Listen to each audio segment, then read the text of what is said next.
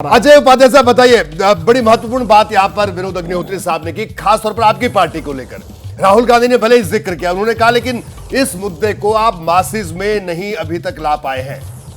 ठीक है, समय की कमी थी और अभी जिस तरह की नैरेटिव चल रही है पूरे देश में, एक्चुअली है क्या, जातीय जनगणना का प्रश्न यदि हम उसको सिर्फ राजनीति से जोड़ करके और वोट बैंक की पॉलिटिक्स से देखेंगे तो उसके मायने अलग हो जाते हैं। लेकिन यदि वो प्रतिबद्धता के तौर पे सामाजिक न्याय के संदर्भ में देखेंगे तो मुझे लगता है कि जो जागरूकता पूरे देश में धीरे धीरे पैदा हो रही है कि सभी को जिसकी जितनी भागीदारी, उसके जिसकी जितनी संख्या है उसके हिसाब से उसको मिलना भी चाहिए। और मुझे लगता है यहाँ कोई भी पैनल में बैठा हुआ व्यक्ति ये इसको अस्वीकारेगा नहीं। कहीं ना कहीं वो जागरूकता बढ़ रही है, पार्टिसिपेशन लोगों का बढ़ना चाहिए। और मुझे लगता है आने वाले समय में इसका जो प्रभाव है न केवल राजनीतिक क्षेत्र में बल्कि इस राजनीति के परिधि से बाहर जाकर के भी सामाजिक और बाकी क्षेत्र में। लेकिन हिंदी पट्टी के 3 राज्यों में भी आपने जिक्र किया, कोई फायदा कांग्रेस को नहीं हुआ। एकदम आपने ठीक कहा, कोई फायदा नहीं हुआ ऐसा नहीं है, पर ये जरूर है कि हम जितने परिस्थितियों में, जिन परिस्थितियों में तो जहां तक पहुंचा सकते थे, शायद वो मुद्दा सच में अभी नीचे डीप रूटेड नहीं हुआ है। आने वाले समय में वो होगा। और लोकसभा के देखिए, लोकसभा का जो चुनाव है, ये लोकसभा का चुनाव किसी एक मुद्दे पर सिर्फ नहीं होगा, मुद्दे कई होंगे। केंद्र सरकार के जो फेल्योर्स हैं उस पर भी होंगे, राज्यों की जो राजनीति है उस पर भी होंगे, बिहार में जो जातीय इक्वेशन बदला है कई मुद्दे होंगे। बिल्कुल, ध्रुवीकरण की राजनीति जो है, जातीय ध्रुवीकरण की जो राजनीति है, उसका भी परिणाम जो है बिहार में हमारे गठबंधन के साथ। बिल्कुल। AK वाजपेयी साहब, आपसे सवाल है मेरा। सवाल ये कि क्या जो एनडीए की बात करें, एनडीए में जो जेडीयू की कमी है, उस कमी को क्या एलजेपी बिहार में पूरा करेगी भारतीय जनता पार्टी के लिए? क्योंकि देखिए, आपकी पार्टी की अगर पूरी एलजेपी की बात करूं मैं, तो वो खुद ही एक तरह से 2 धड़ों में बटी हुई है। तो किस तरह से वो जेडीयू की कमी को आप पूरा करेंगे, जो सहयोगी अपने सहयोगी का साथ देंगे बिहार में, और कैसे? देखिए, एक बात तो बड़ी क्लियर है कि पीछे 19 में 17 सीटों पे बीजेपी लड़ी थी और 16 पे ये लड़े थे शायद जेडीयू वाले जी। तो वो 16 सीटें खाली हो गई हैं।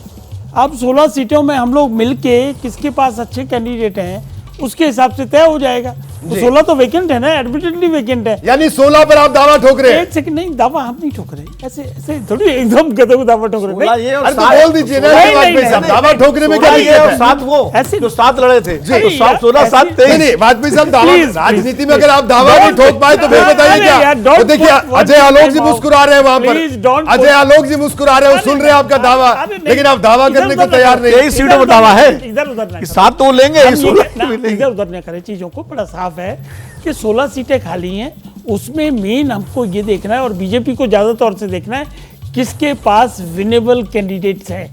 देखिए, एक सीट इंपॉर्टेंट है तो उस हिसाब से वो हमारा तय हो जाएगा, हमारा झगड़े। अब मैं दूसरी बात करता हूँ, ये जो मामला है ना, हमारा खुद का एक्सपीरियंस है अपने इस बात का कि पासवान साहब एक बार लालू जी से मिलकर लड़े जी। तो बाद में जब हमने डाटास देखे तो हमारा वोट तो शिफ्ट हो गया और लालू यादव का वोट शिफ्ट नहीं हुआ। तो मैं ये इशारा इसलिए कर रहा हूं कि लालू यादव का वोट जो है ना, वो नीतीश कुमार के पास भी शिफ्ट नहीं होता है। और अभी अजय ने सही बताया कि इसीलिए इधर चले गए थे, वापस इधर आ गए। 15 में तो शिफ्ट हुआ था। 15 में वो विधानसभा अलग है, देखो तो शिफ्ट हुआ था ना। 15 विधानसभा अलग है, लोकसभा अलग है। लोकसभा पहली बार मिलकर लड़ेंगे, ये लड़े नहीं लोकसभा मिलकर। ये तो आप खुद ही कह रहे हो कि लोकसभा में अलग, पहली बार मिलकर लड़ेंगे लालू और हमारा सिर्फ एक पहली बार लड़ेंगे। हमारा कंक्लूजन सिर्फ ये है क्योंकि हम तो लड़े हैं लोकसभा। नहीं, आप लड़े हैं, लेकिन नीतीश और लालू का टेस्ट अब होगा। हम अपनी बात कर रहे हैं। तो हमारा मानना ये है कि वोट शिफ्ट होना इतना आसान नहीं होता, नंबर 1।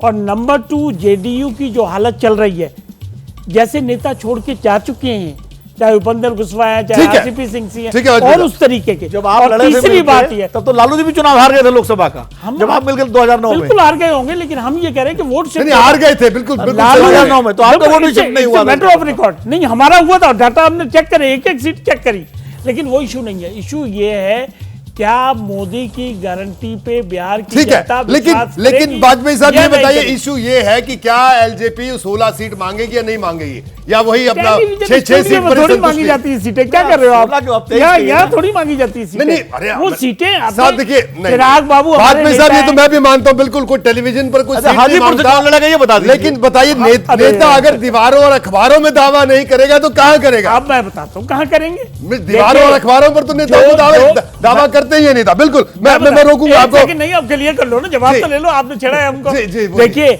वो नेता सबसे सर्वोच्च ईमानदार होता है जो अपनी पार्टी को बढ़ाए, अपने मेंबर ऑफ पार्लियामेंट को बढ़ाए, एमएलओ को बढ़ाए और उसके लिए किसी हद तक लड़ाई करे अलायंस में बैठ के। ठीक है। और वो हम भी करेंगे। ठीक है, बिल्कुल।